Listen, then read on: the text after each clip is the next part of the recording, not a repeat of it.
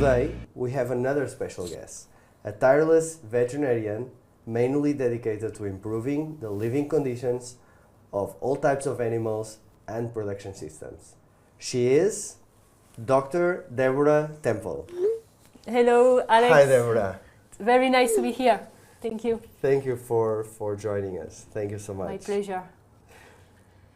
So, Deborah, first of all, tell us a little bit about yourself. Who are you? And, make a kind of presentation if there's anyone that still doesn't know you. Yes, let's see. Well, I'm Deborah. I'm a vet. Mm-hmm. And I'm working in animal behavior and welfare.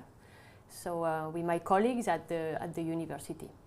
Oh, so this is fascinating. So you study the behavior of animals, which is obviously interesting because, super important. Okay.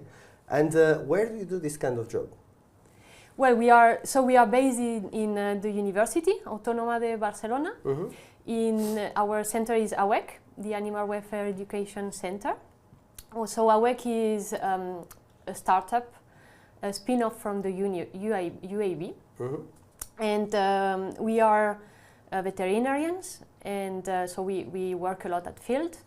And we specialize in animal behavior, so also in welfare. So our main aim is to improve the welfare of the animals, helping people to improve it through science, using science and technical skills. This is super interesting. So now a little bit, more of a personal question. Maybe, that would perhaps resonate with our more younger audience that is maybe starting their career. So how does someone that is called Deborah Temple, ends up working, I'm assuming not Spanish, ends up working in Barcelona, and above all ends up working with such a fascinating topic as animal behavior? What's the story behind? Well, it's a long story, and it started a long time ago, but originally I'm French. I was born in France, and when I finished high school, mm-hmm. When I was 17, I left to Mexico, in Mexicali, to work there and also study there. And because of that, or maybe thanks to that, this blocked the entry to the vet school in France. So maybe sometimes, France has a very closed system. So when you are a little bit out of the box, it can be closed. So I presented myself to the access test to the public university in Spain and access the vet school of Barcelona. So then there, in the second year, I started to collaborate with Xavier Manteca's teams, mm-hmm. who is a very good researcher and person in animal welfare. And I'm still there.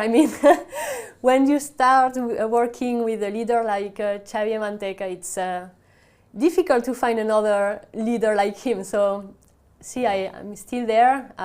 I travel a lot too to work, but always working with the team of Barcelona. Wow, that's really amazing, and it's really interesting. And I think we are quite lucky to live in a geography that we have that flexibility, right? Yes. So could study and yes, I can. Encourage students and young people to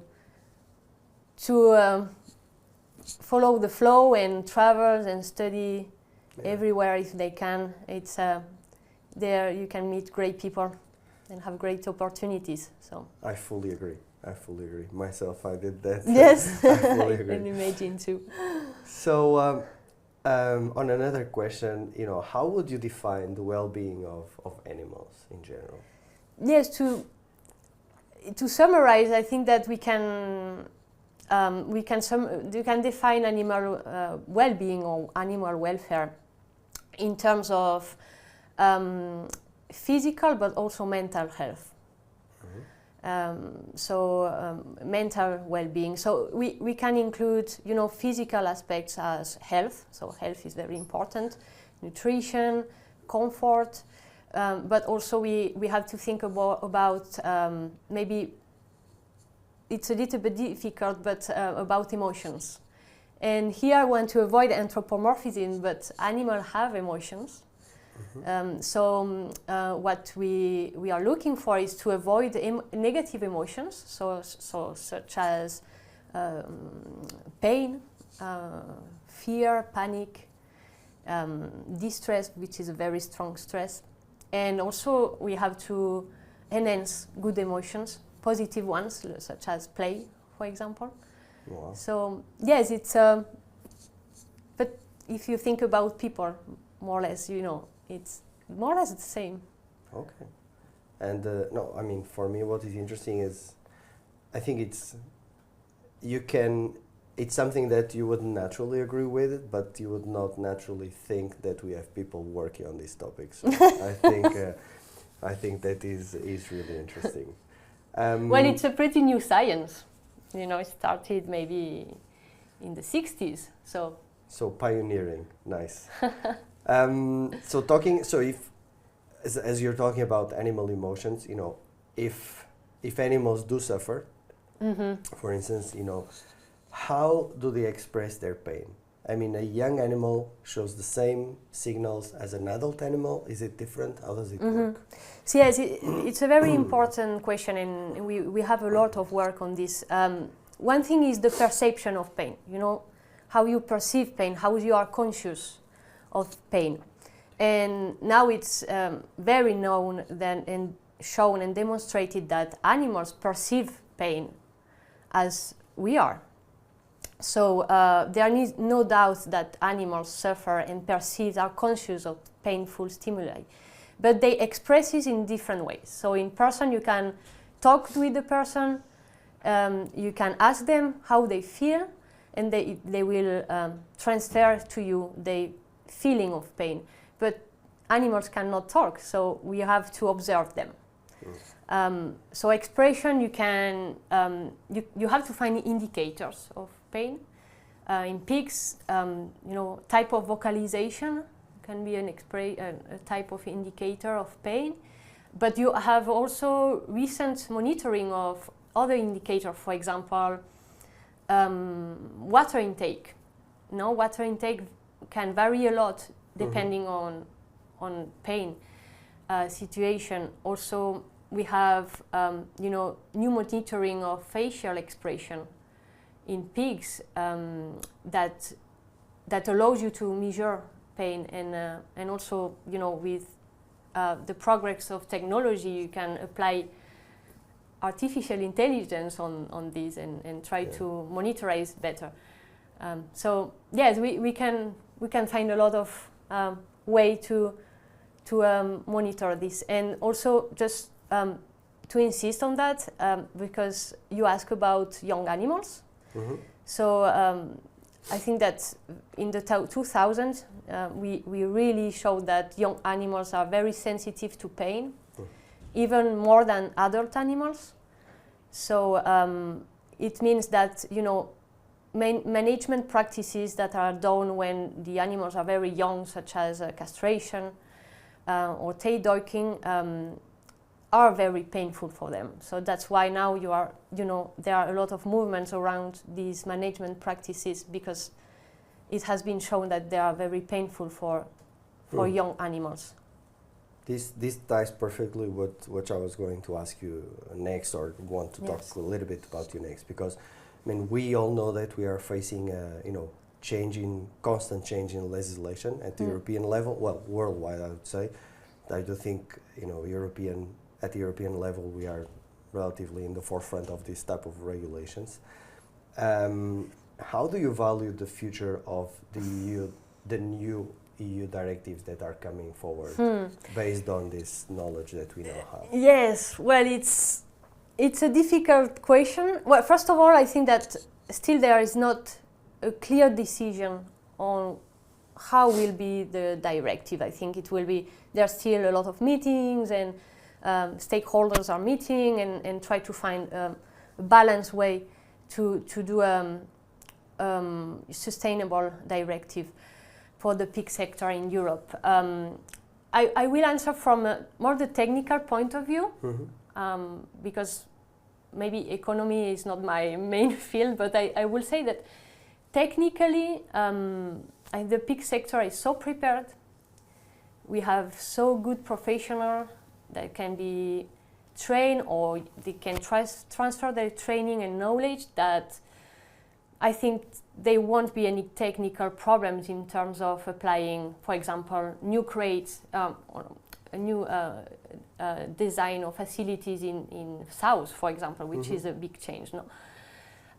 But it is true that there are some other changes, and I think that the main change is space. Whether in the farrowing units or in the fattening units, that may be very difficult to tackle from an economical point of view. Yeah. But yeah, I think I'm positive, and I think that the good decision will be taken, and the pig sector will adapt very quickly. Okay. Yes. Well, you actually jumped my next question, which was going to be, if all these regulations come into place, will that make it an inviable, business or not, or what's going to happen with, swine production in Europe mainly? Of course, it's a huge tradition. Yes. So I think here there is two things that I think that EU regulation affect not only Europe. I mean, there are also a lot of countries outside Europe that will also implement a lot of changes like this. So it's not only the EU. But I'm mostly afraid, and this depends on the country and depends the area, but I'm a little bit afraid for small farms who maybe didn't have enough margin, or to make these changes. So if the farm or the sector is in an area where small farms or small stakeholders are not supported economically, I think that this type of directive can be challenging. Yes. So talking about different types of farms, and certainly talking about, because this is a topic who raises passions across yes. Left and right. We often hear from certain media speakers, that might or might not be well informed about the topics, that intensive farming is worse, that extensive farming is better, that small farms better than big ones, and vice versa. Welfare conditions. I mean, do you agree with this perspective? What's your take on this? You that you are a scientist and study animal behavior, what's your take on this? Well, this is another big question. First of all, I think that we can have our own opinion on what we prefer, or nostalgia for one system, or better feeling from one type of farms. But from an animal welfare perspective, we cannot justify a system but the animal welfare level of this farm. It is not dependent on the system. What does this mean? It means that you have much more differences between farms in terms of welfare than between systems. I understand. It means that you can find very bad farms in terms of animal welfare in extensive systems, in intensive systems. You can have very, very good farms in intensive systems, in extensive systems. It doesn't mean that having a space outdoor will, give a better welfare, because there are so many things to improve. And the same for small and big farms. And I think that really the main point is good management. Good management. Okay. Without considering the type of farm. Management, the side of the people, the person behind this, is that change everything. And that was going indeed to be my next question, because part of the equation is the animals, the other part is definitely the people. So, yes, and I'm just reading it from my script, which is perfect. I mean, we talked a lot about well-being of animals, but what about the farmers? I mean, Yeah. do you also, I mean, do we take good care enough of them? Are they a part of this equation when you're studying animal welfare? Is it Yes. something you also consider then? I guess you just answered, but you know. Yeah, well, but totally. I mean, I can insist on that point. If you go to a farm, we are going to a lot of farms for consulting. And when you arrive to a farm and the staff is smiling, you know that you will reach very big improvement in the welfare of the animals on that farm. If you go on a farm and people are, very tired, sad, you know that it will be very difficult to improve the welfare of the animals. And I think that this is the main point. I mean, not only farmers, but also vets, and all the people that around the production system. I think we have to be pretty much happy at work in order to be sensitive for the animals and be willing to change, management issues and other type of issues. So, yes, I think it's the main point. Improve the welfare of the workers, you will improve the welfare of the animals. And also it's true that when you improve the welfare of the animals, many times the workers feel much better. So farmers, vets, technicians, so yes. So definitely looks like a One Health approach, right? Well, yes, I will say one welfare approach. One welfare. One welfare approach, yes, definitively. Yeah. I mean, it's maybe one welfare is a little bit more global than health when you consider it more the mental issue and the mental well-being, both of workers and animals, the quality of life of everybody. And yes, I think that definitively you cannot improve one thing without the other. Okay, I mean, it's amazing. It's amazing, what I'm learning in this interview. To be honest, thank you for this. But I do have one question. I was always curious about this because there's always this kind of animal ranking. Who is the smartest one? Maybe smarter, maybe not than dogs. Are pigs really smart animals, and are they smarter than we guess they are? Well, I know that I think that people who are working every day with pigs know that they are very, very smart. And scientifically, there are many studies now that are showing that pigs are very smart animals. We have a lot of anecdotes of pigs imitating each other and also, doing social learning even with farmers. So they are very curious animals. They learn very fast, but on the other side, they get bored and very easily too. So yes, because they are. I think that even the cognitive abilities of pigs are comparable to a German Shepherd, the dog. Oh, wow. But also pigs are omnivore. So it means like us, like the rats, and it means that they love discovering senses. From aromas, taste, explore, find things, and I think that pigs are like this. I mean, so sometimes they get bored very easily or frustrated, and we can see abnormal behaviors, like tail biting or.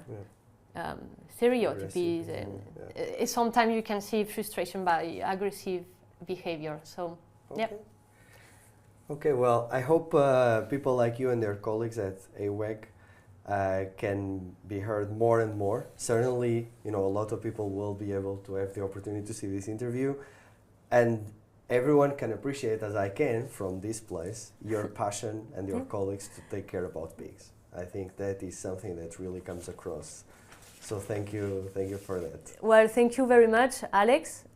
Thank you all for giving me the opportunity to be here and share these points with you. It's really been a pleasure. Thank you very much. The same. And a great honor to me to have you here. Thank you for that. Thank you, Alex. I think it was really amazing.